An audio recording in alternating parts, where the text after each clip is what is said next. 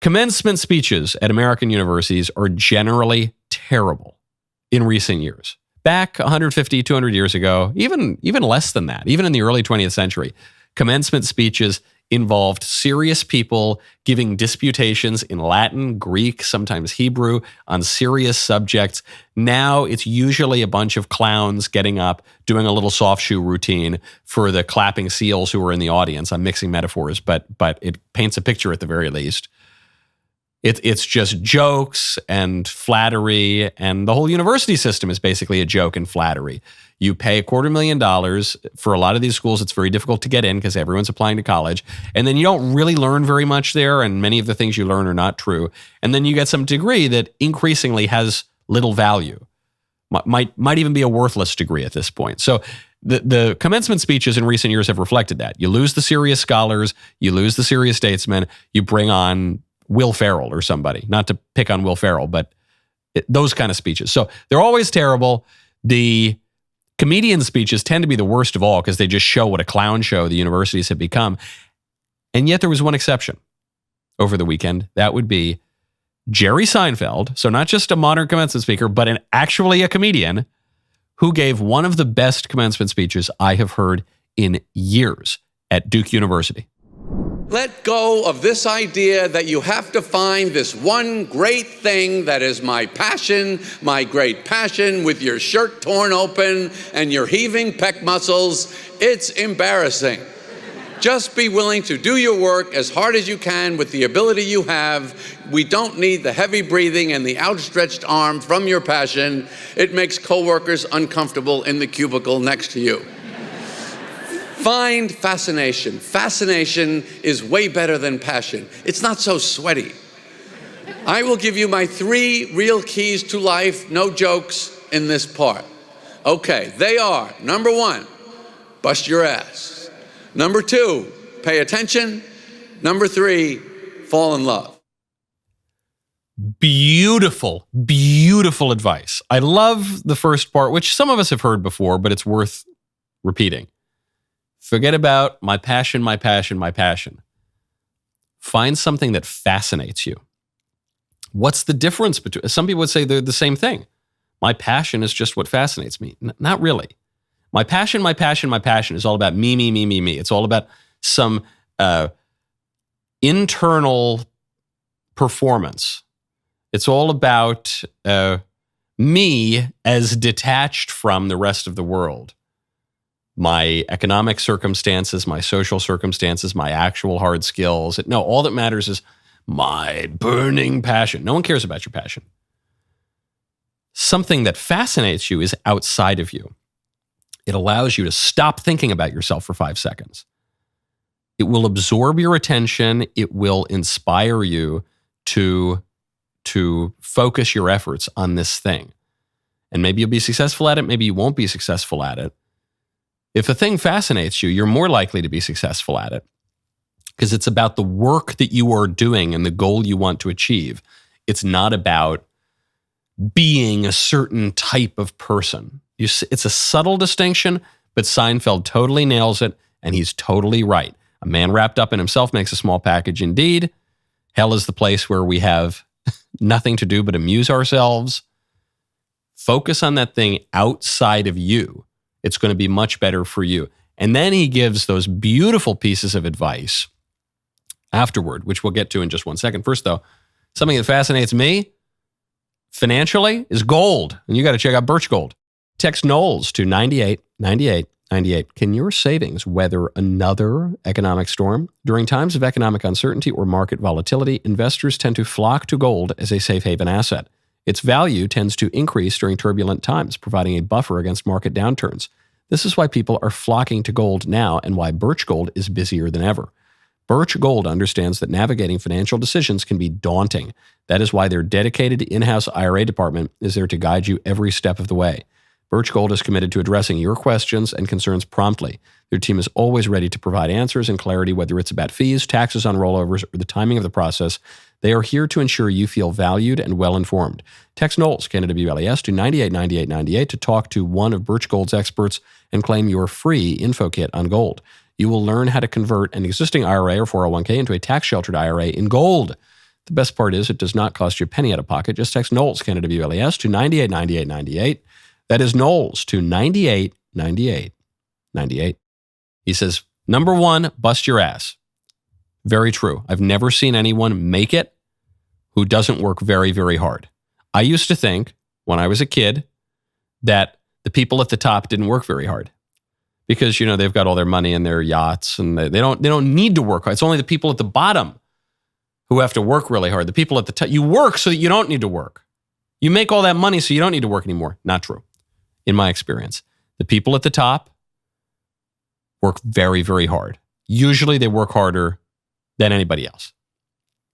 He's right about it. Jerry Seinfeld obviously has done that. Jerry Seinfeld easily could have retired in 1999 with zillions and zillions of dollars. And no, he keeps going out, hitting the road. He keeps doing movies. Sometimes they flop. Sometimes they're better than others. He's giving commencement speeches. The guy just keeps working.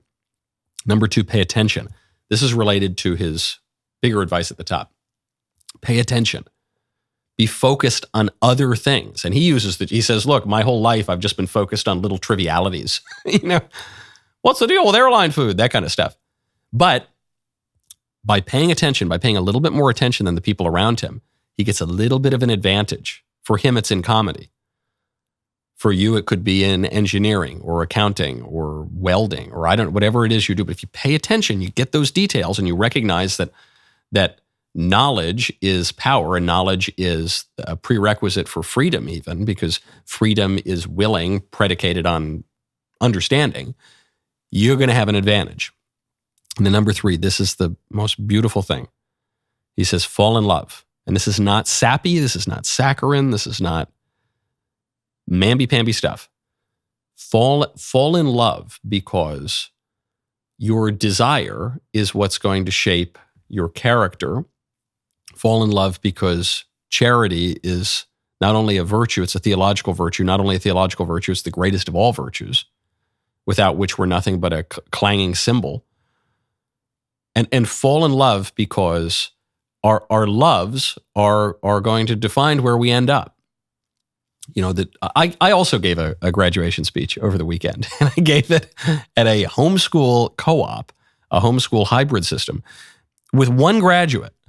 I was asked to do it, and I said, I love the idea of it so much that I did it. I gave a graduation speech to one person.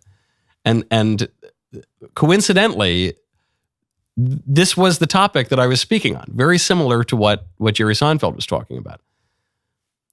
The difference between the greatest sinners and the greatest saints is not necessarily their degrees of education. It's not necessarily their intelligence. There have been very, very intelligent sinners before. The difference is their loves, where their love is oriented. Do you love the good? And you're drawn toward the good?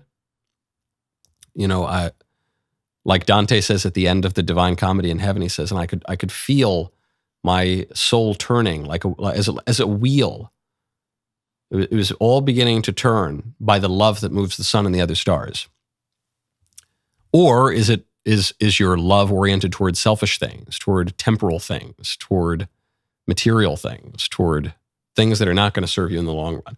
Fall in love, Jerry says. And this is very important. In our modern age, we're told, suppress your loves, deny your desires. No, you gotta, it's all about love. It's all about desire. You've just got to make sure that love is in the right place. Not all love is equal. I know we say love is love these days. No, there are different kinds of love and different orientations of love and different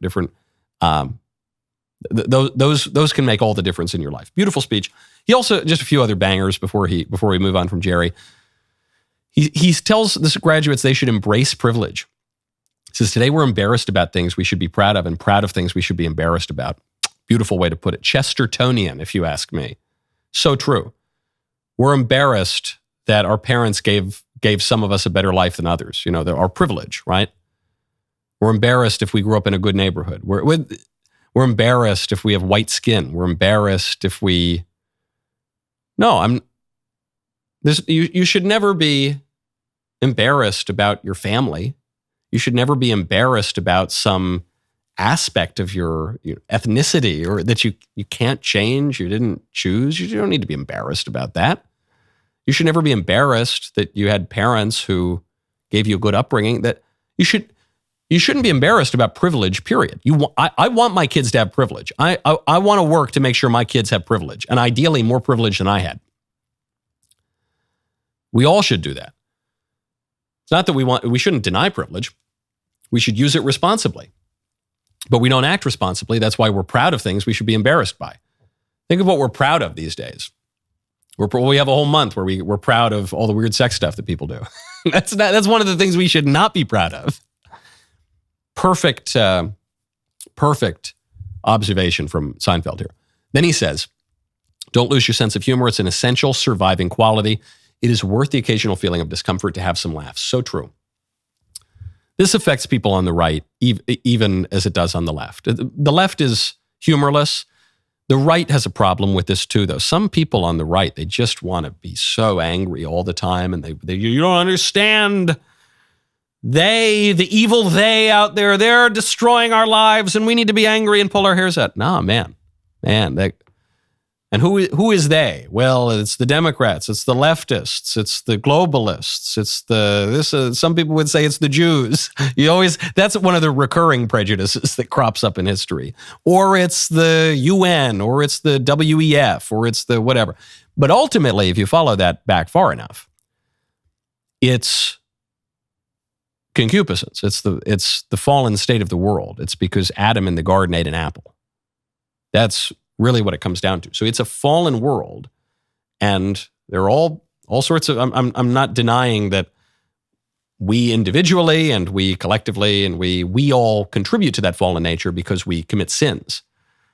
But that's not going away anytime soon.